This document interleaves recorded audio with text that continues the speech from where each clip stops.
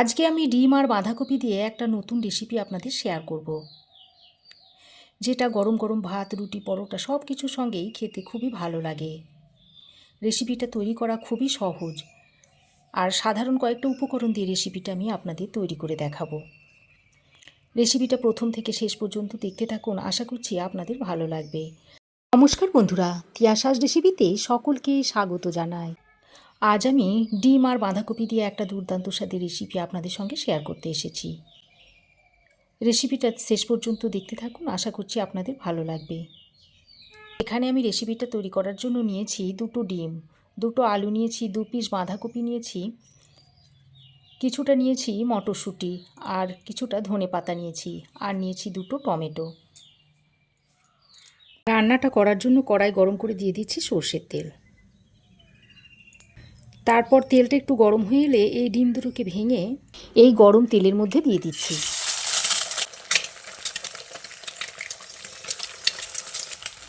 এখন ডিমের মধ্যে একটু স্বাদ মতো নুন দিয়ে দিচ্ছি।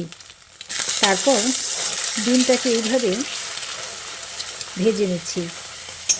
তারপর নুনটা দিয়ে ডিমটাকে এরকম একটু ভুজিয়ার মতো করে তৈরি করে নিচ্ছি। এইভাবে খুন্তির সাহায্যে একটু কেটে কেটে দিচ্ছি। টুকরোগুলো খুব ছোটও রাখছি না, আবার বড়ও রাখছি না। তো এইভাবে নেড়ে চেড়ে ডিমের ভুজিয়াটাকে তৈরি করে নিচ্ছি। তো ডিমটা দিয়ে এরকম একটা ভুজিয়া তৈরি করে নিচ্ছি। এবার এটাকে আমি তুলে নিচ্ছি, তুলে একটা প্লেটে রেখে দিচ্ছি। তো ডিমের ভুজিয়াটাকে আমি এখন এক সাইডে রেখে দিচ্ছি। তারপর ওই কড়াইয়ে আরও পরিমাণ মতো সর্ষের তেল দিয়ে দিচ্ছি। তেলটা ভালোভাবে গরম হয়ে এলে এর মধ্যে দিয়ে দিচ্ছি 1/2 চামচ মতো কালো জিরে, আর একটা শুকনো লঙ্কাকে ফাটিয়ে দিয়ে দিলাম। কালো জিরে আর শুকনো লঙ্কাটাকে খানিকক্ষণ ভেজে নিচ্ছি। তারপর এর মধ্যে দিয়ে দিচ্ছি একটা বড় সাইজের পেঁয়াজ। পেঁয়াজটাকে নিয়ে একটু সরু সরু করে কুচিয়ে নিয়েছি, আর সঙ্গে কয়েকটা চেরা কাঁচা লঙ্কাও দিয়ে দিলাম। তারপর পেঁয়াজ আর কাঁচা লঙ্কাটাকে ফোড়নের সঙ্গে ভালো করে ভেজে নেব। তো পেঁয়াজটাকে আমি খুব ভালো করে ভেজে নিয়েছি। এবার আমি এখানে কিছু গুঁড়ো মশলা যোগ করব। দিয়ে দিচ্ছি 1/2 চামচ মতো হলুদ গুঁড়ো, 1/2 চামচ দিয়ে দিচ্ছি জিরে গুঁড়ো। এবার গুঁড়ো মশলাগুলো দিয়ে আবারও পেঁয়াজের সঙ্গে ভালো করে নেড়েচেড়ে মিশিয়ে নিচ্ছি। তো ভালো করে নেড়েচেড়ে মিশিয়ে নিয়ে এবার আমি এর মধ্যে কেটে ধুয়ে রাখা বাঁধাকপিগুলো দিয়ে দিচ্ছি।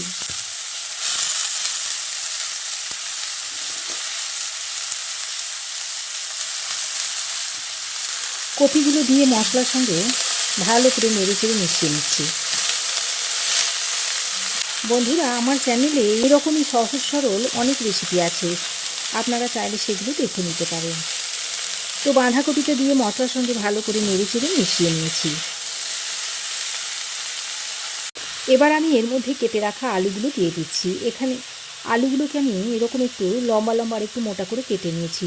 যেভাবে আমরা আলু ভাজার আলু কাটি, ঠিক সেইভাবে আলুটাকে এরকম লম্বা আর মোটা করে কেটে নিয়েছি। আলুটা দিয়ে আবারও বাঁধাকপির সঙ্গে ভালো করে নেড়েচেড়ে মিশিয়ে নিচ্ছি। তো আলুটা দিয়ে বাঁধাকপির সঙ্গে খুব ভালো করে নেড়েচেড়ে মিশিয়ে নিয়েছি।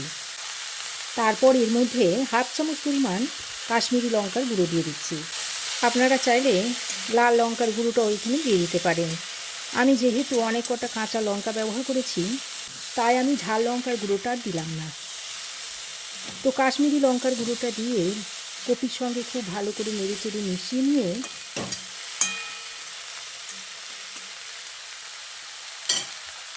গ্যাসের ফ্লেমটাকে লো টু মিডিয়ামে করে ঢাকা দিয়ে 4-5 মিনিট মতো রান্না করে নিচ্ছি। তো ঢাকা দিয়ে আমি 4-5 মিনিট মতো রান্না করে নিয়েছি। তো আরও একবার ভালো করে নেড়েচেড়ে মিশিয়ে নিচ্ছি। এবার আমি যে টমেটোগুলো কুচিয়ে রেখে দিয়েছিলাম সেগুলো এর মধ্যে দিয়ে দিচ্ছি। সঙ্গে মটরশুঁটিগুলোও দিয়ে দিচ্ছি, আর বাকি নুনটাও আমি এর মধ্যে দিয়ে দিচ্ছি। তারপর আবারও সব কিছুকে একসঙ্গে ভালো করে নেড়েচেড়ে মিশিয়ে নিচ্ছি। তো সব কিছুকে ভালো করে নেড়েচেড়ে মিশিয়ে নিয়ে আবারও আমি ঢাকনা লাগিয়ে আরও 3-4 মিনিট মতো রান্না করে নিচ্ছি। তো টমেটোটা দিয়ে ঢাকা দিয়ে আমি আরও 3-4 মিনিট রান্না করে নিয়েছি। আর দেখুন সব কিছু ভালোভাবে সেদ্ধ হয়ে গেছে, টমেটোটাও দেখুন গলে গেছে। এবার আরও একবার ভালো করে নেড়েচেড়ে মিশিয়ে নিচ্ছি। এবার আমি যে ডিমটা ভেজে রেখে দিয়েছিলাম সেটা এর মধ্যে দিয়ে দিচ্ছি। ডিমটা দিয়ে আবারও ভালো করে একসঙ্গে মিশিয়ে নিচ্ছি।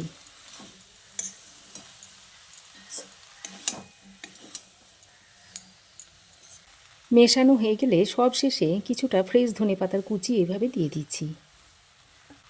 তবে যাদের ধনেপাতার ফ্লেভারটা পছন্দ নয় তারা দেবেন না, সেক্ষেত্রে আপনারা গরম মশলার গুঁড়োটা দিয়ে মিশিয়ে নেড়েচেড়ে নামিয়ে নেবেন। তো ভালো করে নেড়েচেড়ে মিশিয়ে নিচ্ছি।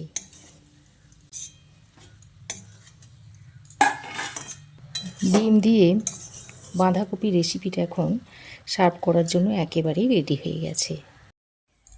তো এখন আমি ডিম দিয়ে বাঁধাকপি রেসিপিটা সার্ভ করে দিচ্ছি।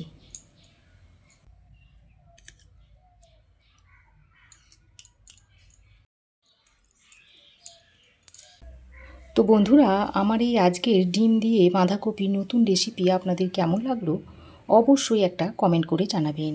ভালো লাগলে একটা লাইক ও শেয়ার করবেন। পাশে থাকা বেল আইকনটাও অবশ্যই প্রেস করে দেবেন। আর আমার চ্যানেলে যদি নতুন হয়ে থাকেন তো প্লিজ চ্যানেলটাকে সাবস্ক্রাইব করার অনুরোধ রইল। আজ এ পর্যন্তই। আবার দেখা হবে নতুন কোনো রেসিপি নিয়ে নেক্সট এপিসোডে। সে পর্যন্ত ভালো থাকবেন, সুস্থ থাকবেন। ধন্যবাদ।